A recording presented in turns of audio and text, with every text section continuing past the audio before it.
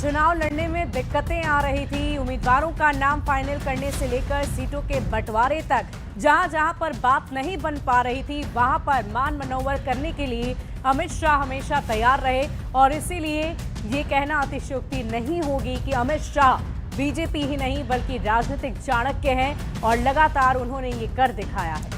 बिल्कुल। और देखिए, चुनाव से पहले ही अमित शाह ने कहा था कि एनडीए की पांचों दल पांडवों की तरह चुनाव लड़ेंगे और जीतेंगे भी, और बिल्कुल वैसा ही हुआ है। आपको दिखाते हैं रिपोर्ट।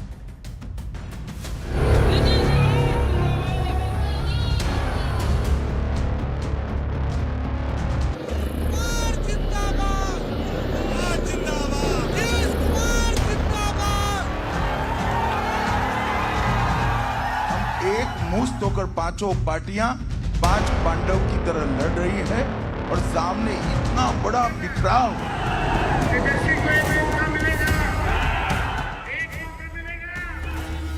एनडीए के पांच पांडवों ने बिहार की सियासी जंग जीत ही ली।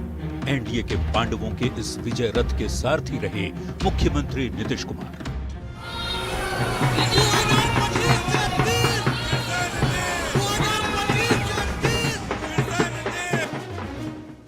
नीतीश कुमार के साथ इस गठबंधन में शामिल हर दल और उन दलों का नेतृत्व कर रहे नेताओं ने अपनी पूरी ताकत चुनावी रण को जीतने में झोंक दी। लालटेन वालों ने जंगल राज दिया, इन लोगों ने सबको बर्बाद किया। इस एकजुट गठबंधन का ही असर है कि नीतीश कुमार लगातार 10वीं बार मुख्यमंत्री पद की शपथ लेने वाले हैं। मैं नीतीश कुमार बिहार की राजनीति के सबसे बड़े नेता, 20 साल से बिहार के मुख्यमंत्री और सियासत की धुरी में सबसे बड़ा नाम नीतीश कुमार। साल 2025 विधानसभा चुनाव की ऐतिहासिक जीत ने नीतीश कुमार को सियासी दुनिया में अमर बना दिया है। नीतीश कुमार बिहार की सियासत में इतने अहम यूं ही नहीं बन गए। पिछले 20 साल के दौरान उन्होंने एक ऐसा जनाधार बना लिया है जिसके बिना बिहार में सरकार बना पाना लगभग असंभव है। नीतीश कुमार जिंदाबाद, आधी आबादी यानी महिलाओं को नीतीश कुमार का सबसे बड़ा वोट बैंक माना जाता है।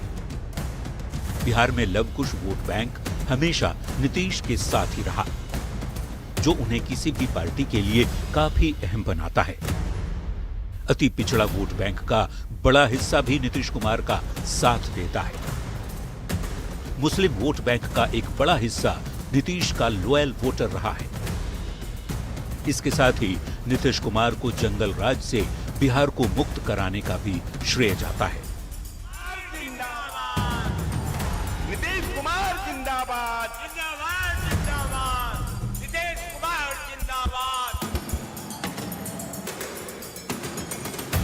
बिहार में रफ्तार पकड़ रही डबल इंजन का दूसरा इंजन यानी देश के प्रधानमंत्री नरेंद्र मोदी, जिन्होंने इस जीत में असाधारण भूमिका निभाई है।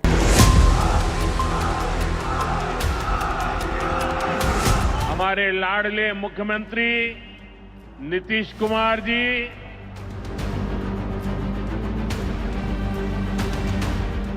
2020 की तरह ही 2025 में भी मोदी एनडीए को जीत दिलाने में मैन ऑफ द मैच साबित हुए।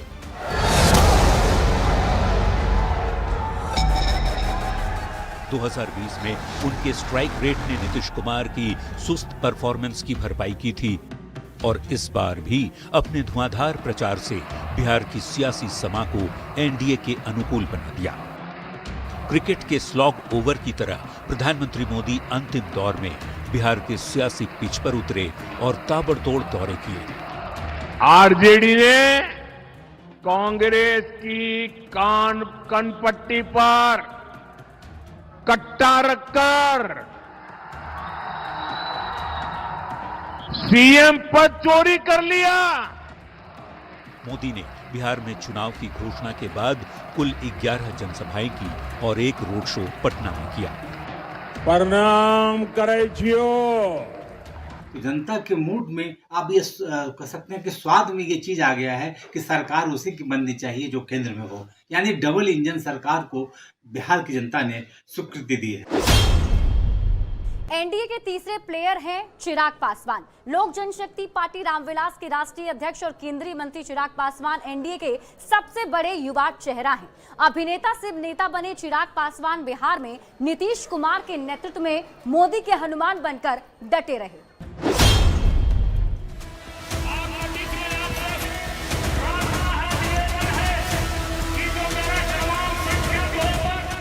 वैसे तो लोकतंत्र में विरासत जैसा कुछ नहीं होता, पर भारत की राजनीति में अगर परिवारवाद एक सच्चाई है तो खुद को उसके काबिल साबित किया है स्वर्गीय रामविलास पासवान के बेटे चिराग पासवान ने। 2019 में रामविलास पासवान के निधन के बाद चिराग पासवान ने पार्टी की जिम्मेदारी संभाली। इसी दौरान चाचा पशुपति पारस के साथ भी पिता की विरासत के लिए लड़ाई लड़नी पड़ी। 2010 का भी रिकॉर्ड हम लोग तोड़ने का काम करेंगे। 2021 में चाचा से अलग होकर एलजेपी-आरबी का गठन किया। 2024 में 5 सीट पर एनडीए के साथ मिलकर चुनाव लड़ा और लोकसभा की 5 सीट पर शानदार जीत दर्ज की। झारखंड विधानसभा चुनाव में भी चिराग की पार्टी ने 1 सीट पर चुनाव लड़ा और अपनी जीत का रिकॉर्ड 100% वाला कायम रखा। 100% हम लोग जीते। पासवान जाति से आने वाले चिराग युवा चेहरा भी हैं, इसलिए उन्हें महादलित के साथ साथ युवाओं का भी समर्थन हासिल है। वही दूसरी तरफ महागठबंधन है तो जात पात धर्म मजहब में हम लोगों को बांटता है। बिहार विधानसभा चुनाव 2025 के लिए एनडीए की टीम के चौथे खिलाड़ी थे जीतन राम मांझी। महादलित समाज के मांझी बिहार के ही नहीं बल्कि पूरे देश के दलित समाज के बड़े चेहरे बन चुके हैं। तो भारत में नरेंद्र मोदी, बिहार में नीतीश कुमार के कोई सानी न है। बिहार के पूर्व मुख्यमंत्री जीतन राम मांझी बिहार में एक बड़ा महादलित चेहरा है। 2025 के चुनाव में उनका एनडीए के साथ होना जातीय समीकरण के लिहाज से काफी अहम रहा। उपेंद्र कुशवाहा राज्य के महत्वपूर्ण कुशवाहा नेताओं में से एक और एनडीए आरएलएम प्रमुख उपेंद्र कुशवाहा को साथ लाकर लवकुश वोटरों को रिझाने में कामयाब रहा।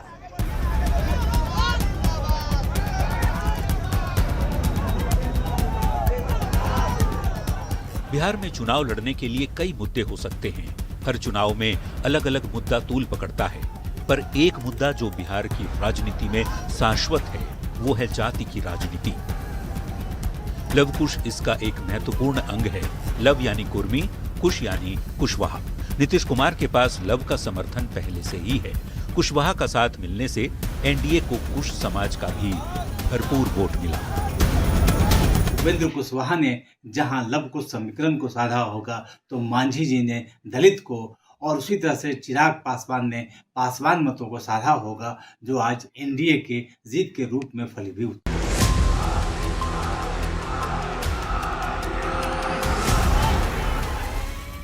जेडीयू, बीजेपी, एलजेपी-आरबी, हम और आरएलएम ने मिलकर पांडवों की तरह चुनावी रण में अपना दमखम दिखाया और एनडीए के पांडव की इस सेना पर जनता ने भी भरोसा जताया है।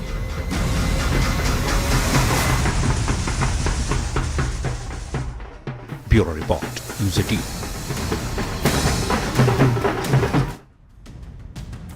तो बम्पर जीत के साथ ही जश्न की तस्वीरें भी अब बढ़ती जा रही हैं और ये क्लियर हो चुका है कि नीतीश और नरेंद्र की जोड़ी पर बिहार ने भरोसा जताया है। हर जाति से, समुदाय से वोट मिला है और उसी का जश्न और जश्न की तस्वीरें लगातार हम आपको दिखा रहे थे।